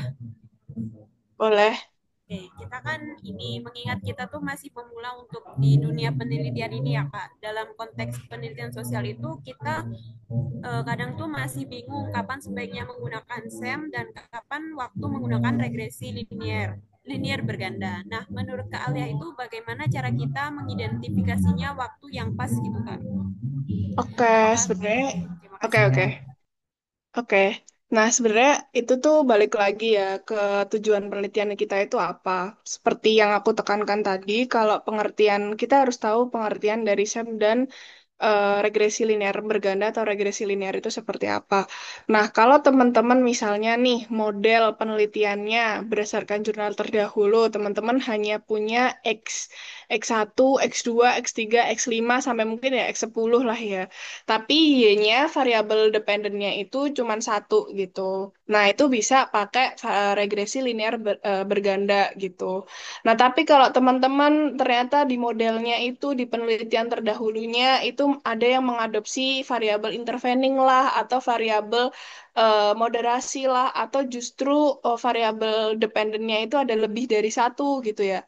Nah, itu justru teman-teman menggunakan SEM. Karena simpelnya gini, kalau teman-teman menggunakan variabel moderasi, tetapi menganalisisnya menggunakan SPSS atau yang biasa kita bilang adalah regresi linear berganda. Nah, itu teman-teman bakal menganalisnya itu lebih dari banyak. Jadi kalau di SPSS itu eh, satu uji itu harus ngetik satu-satu, ngeklik satu-satu, masukin rumus satu-satu gitu kan. Apalagi kalau memang udah kompleks gitu modelnya. Nah, kita bisa bandingin kalau pakai SEM itu tinggal tadi, tinggal calculate, tinggal bootstrapping, udah jadi gitu. Nanti untuk hasilnya ya bisa di otak-atik berdasarkan apakah dihapus indikatornya ataupun juga dihapus variabelnya.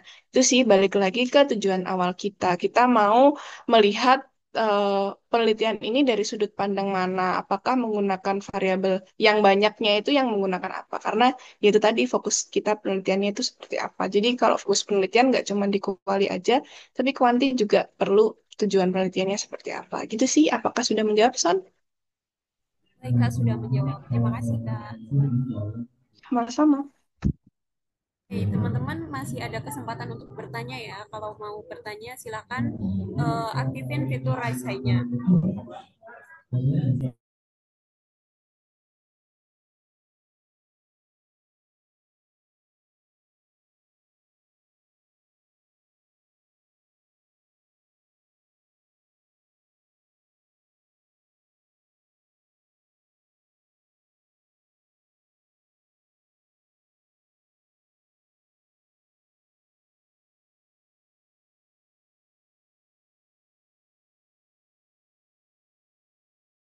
Oke, baik, karena masalah keterbatasan waktu, saya izin membacakan kesimpulan materi pada hari ini. SEM atau Structural Equation Modeling adalah teknik analisis statistik untuk menguji hubungan antar variabel, baik yang bisa diukur langsung atau manifest maupun yang tidak bisa diukur langsung atau laten. SEM mampu menganalisis pengaruh langsung dan tidak langsung antar variabel serta mempertimbangkan kesalahan pengukuran. Jenis variabel dalam SEM meliputi independen atau X, yaitu variabel penyebab, dependent atau variabel Y, yaitu variabel akibat, mediasi variabel Z, yaitu perantara antara X dan Y, moderasi atau M mempengaruhi kekuatan hubungan X dan Y. Langkah-langkah analisis SEM dengan Smart PLS adalah menentukan model dan hipotesis, membuat model di Smart PLS, jalankan bootstrapping untuk menguji signifikasi, evaluasi model melalui validitas dan reliabilitas. Dan hasil penting yang diperhatikan adalah path convenience atau pengaruh antar variabel.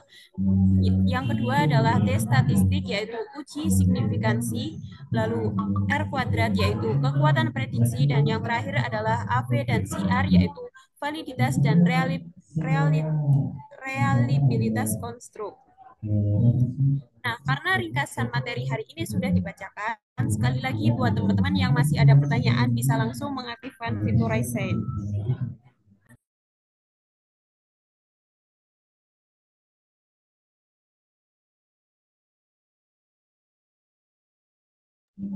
Oke, baik, karena sudah tidak ada pertanyaan, mungkin semoga materi ini bisa menjadi bekal yang bermanfaat dan dalam meningkatkan kemampuan riset kita ke depannya.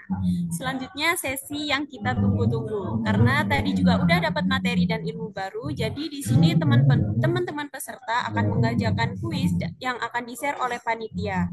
Sesi pengerjaan post-test selama 10 menit. Mohon dikerjakan baik-baik ya teman-teman. Pekerjaan akan dilakukan sampai pukul 8.04. Nah, itu bisa login di Quizzes dengan kode yang tertampil di layar ya.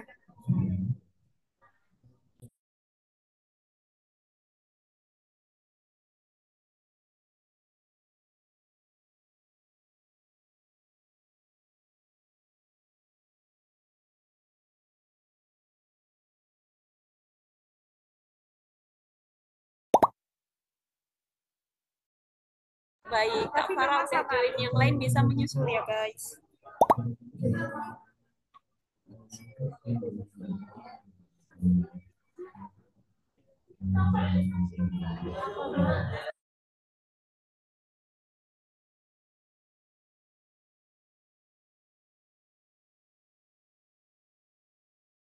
Oke, baik. Untuk Kak Alia, apabila memiliki kesibukan yang lain, kami persilakan untuk meninggalkan Zoom meeting, Kak. Terima kasih atas ketersediaan Kak Alia dalam menghadiri Reps Informal kali ini.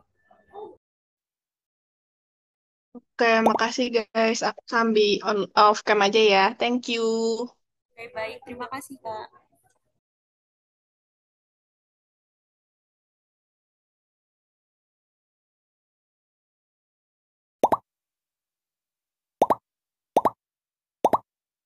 Yuk guys, yang lain segera join.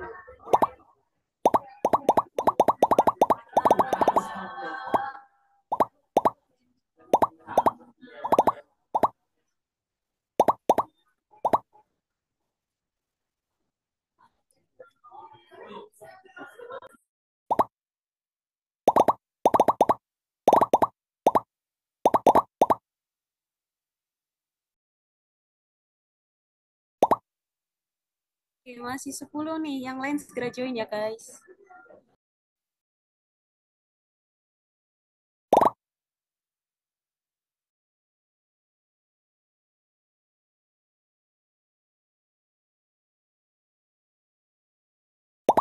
Kak Farah, Kak Revin. Yang lain siapa ya?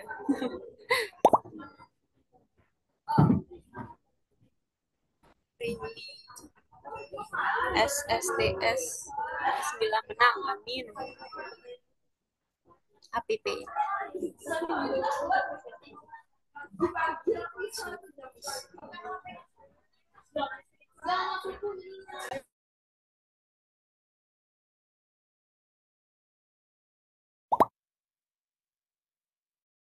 Yuk guys, yang lain segera join ya. Hilverston Bank. Siapa Hilverston Bank?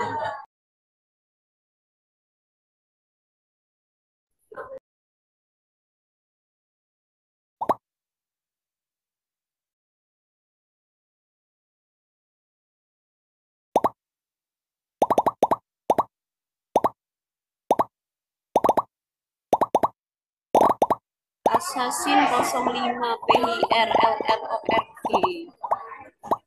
Yang pakai nama asli cuma aku sama Kak Revin.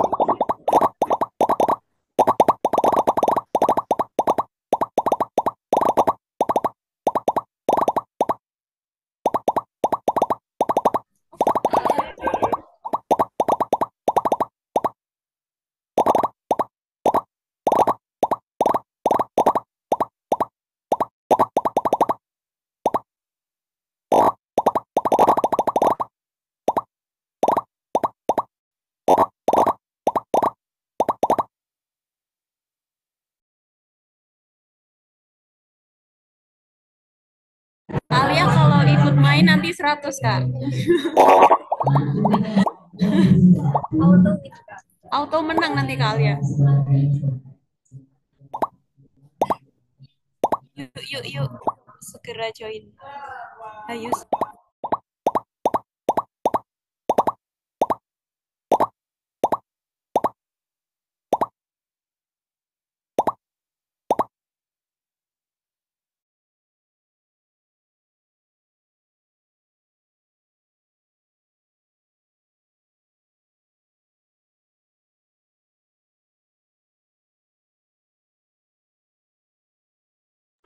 Kuisnya kita mulai jam 8.00 ya guys, jam 20.00.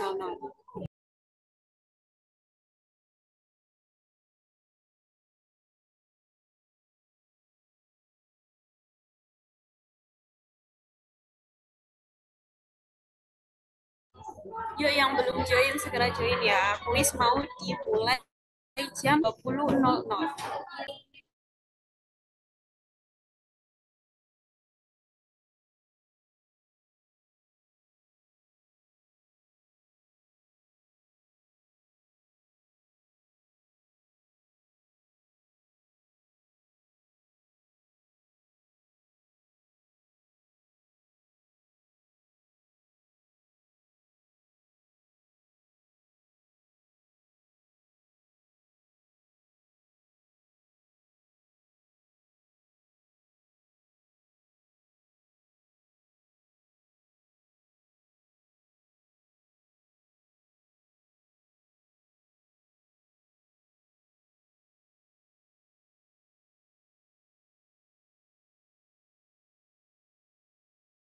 Oke guys, quiznya kita mulai sekarang. Ya, 3, 2, 1, go.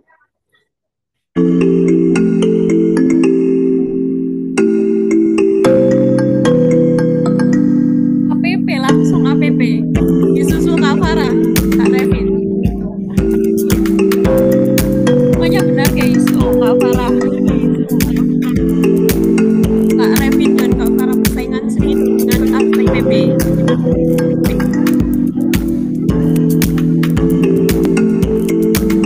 Pak Revin memimpin. APP ini dari kita. APP.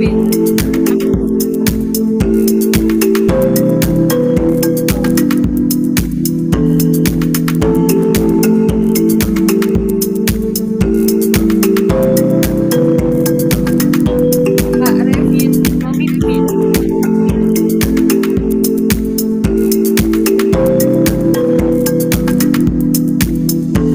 Kak Revin memimpin 6 straight, 6 benar berturut-turut Kak Revin.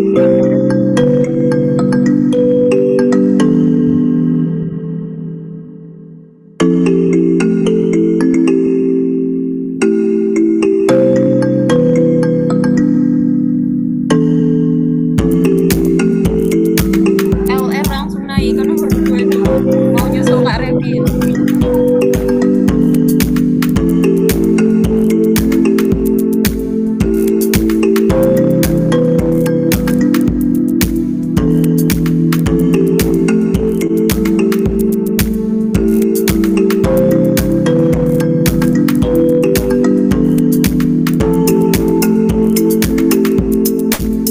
Kak Revin masih nomor 1. Oh, sekarang APP.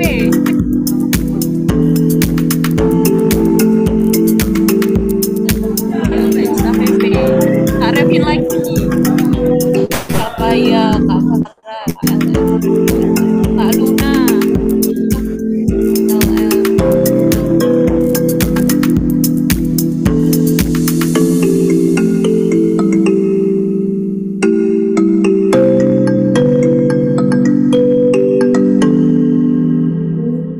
Kak Revin masih memimpin sementara ini.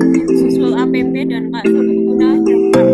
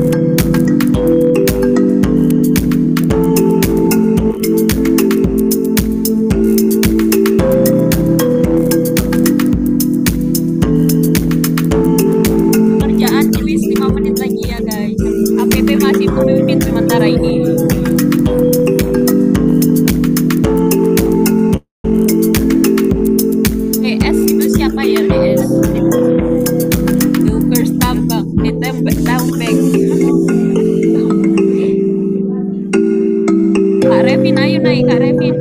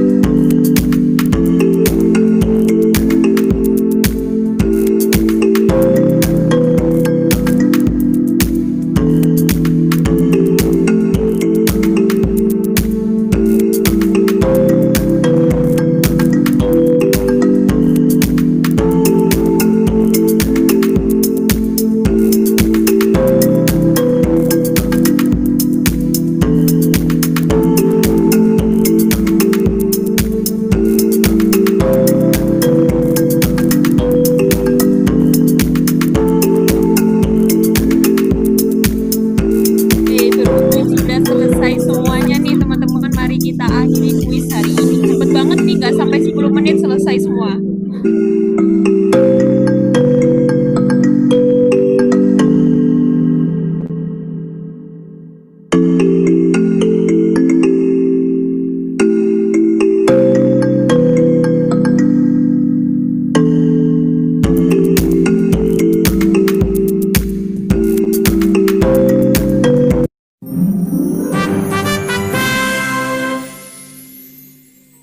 Semangat itu.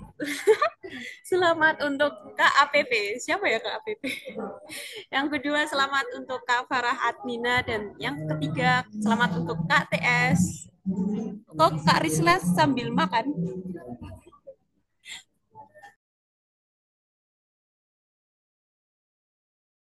Untuk kakak-kakak kamu menang. Wah, pinter banget. APP bukan aku. Oh, siapa ya Kak APP?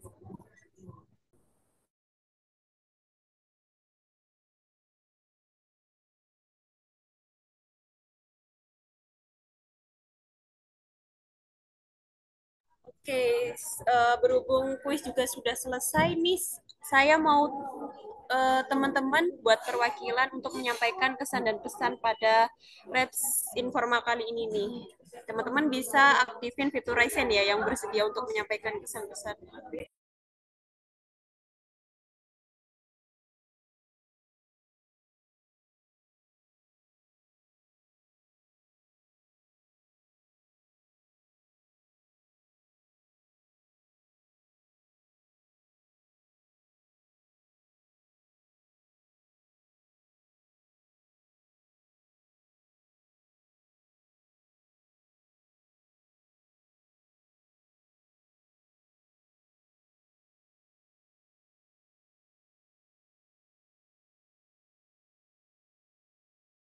Nah, mungkin boleh nih Kak Iya sama Kak Alis karena lagi berdua nih, boleh untuk menyampaikan kesan dan pesannya. Silakan Kak.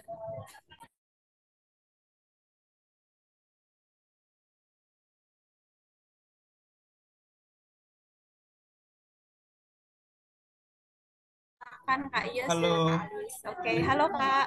halo. Gimana nih kesan pesannya Kak dalam Reps Informal kali ini? Oke, ini suaraku udah masuk kan ya? Masuk Kak. Oke, mungkin kalau kesan-pesan aja. Kesan-pesannya, maaf ya aku sambil makan.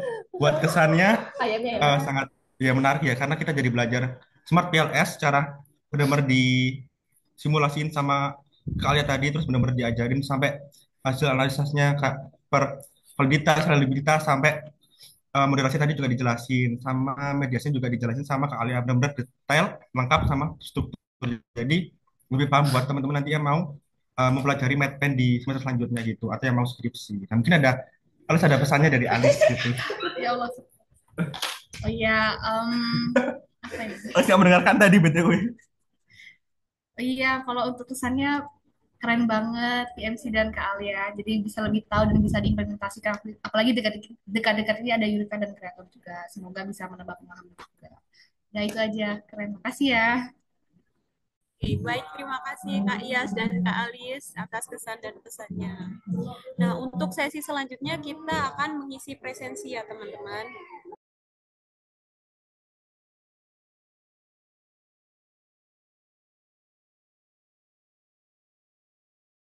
Nah, teman-teman bisa mengakses QR code ataupun link yang tertampil di layar.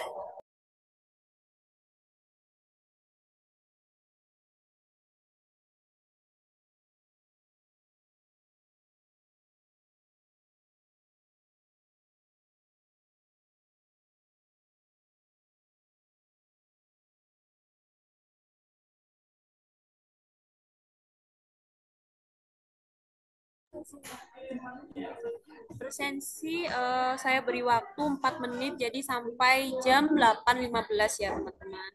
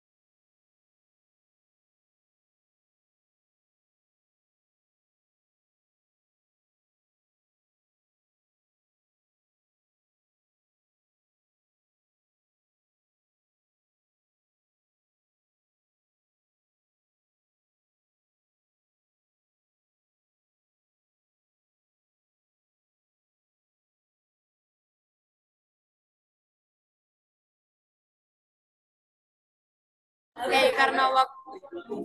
karena waktu udah menunjukkan 8.15, kita udah di akhir acara banget. Nah, kita akan melakukan sesi dokumentasi nih teman-teman, karena nggak lengkap kalau kita nggak dokumentasi dulu. Jadi, kepada panitia yang bertugas bisa mengambil alih sesi dokumentasinya. Harap bagi semua peserta agar mengaktifkan fitur kameranya. Diaktifin ya teman-teman kameranya.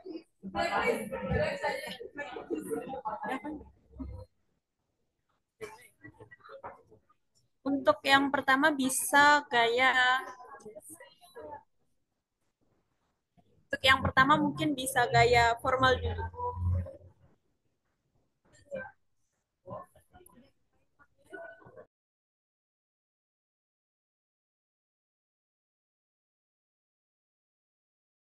Oke, yang lain mungkin bisa di on cam dulu ya, Kak Risla. Kak Risla, Reina, Nadia, Arsyad, dan yang lain bisa diaktifkan dulu kameranya.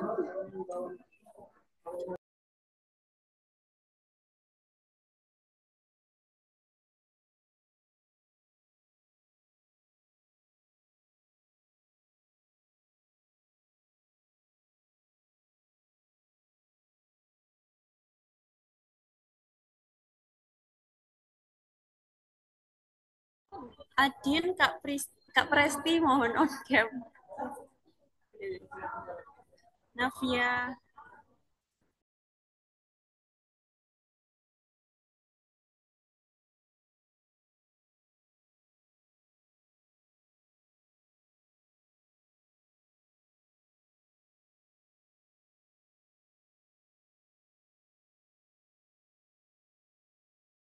Oke, dokumentasi akan saya pandu ya. 1, 2, 3.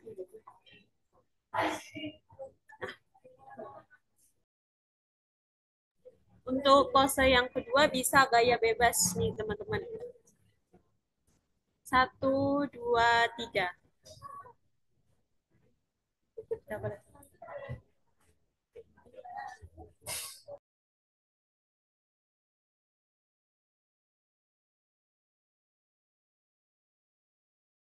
Oke, untuk pose yang terakhir mungkin bisa memakai gaya PMC begini teman-teman. Ini ya gaya PMC. 1, 2, 3.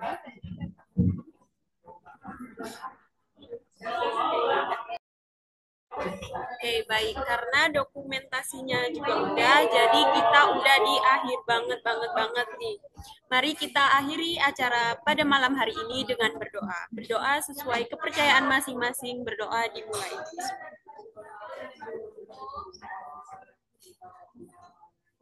Berdoa tak pernah usai namun bisa dicukupkan. Dengan demikian, Reps Informal malam hari ini telah selesai. Terima kasih untuk teman-teman peserta atas ketersediaannya hadir pada Reps Informal malam hari ini. Akhir kata, saya Sonia Dinar Ananda, pamit undur diri. Wassalamualaikum warahmatullahi wabarakatuh. Teman-teman dipersilakan untuk meninggalkan Zoom meeting ya. Waalaikumsalam.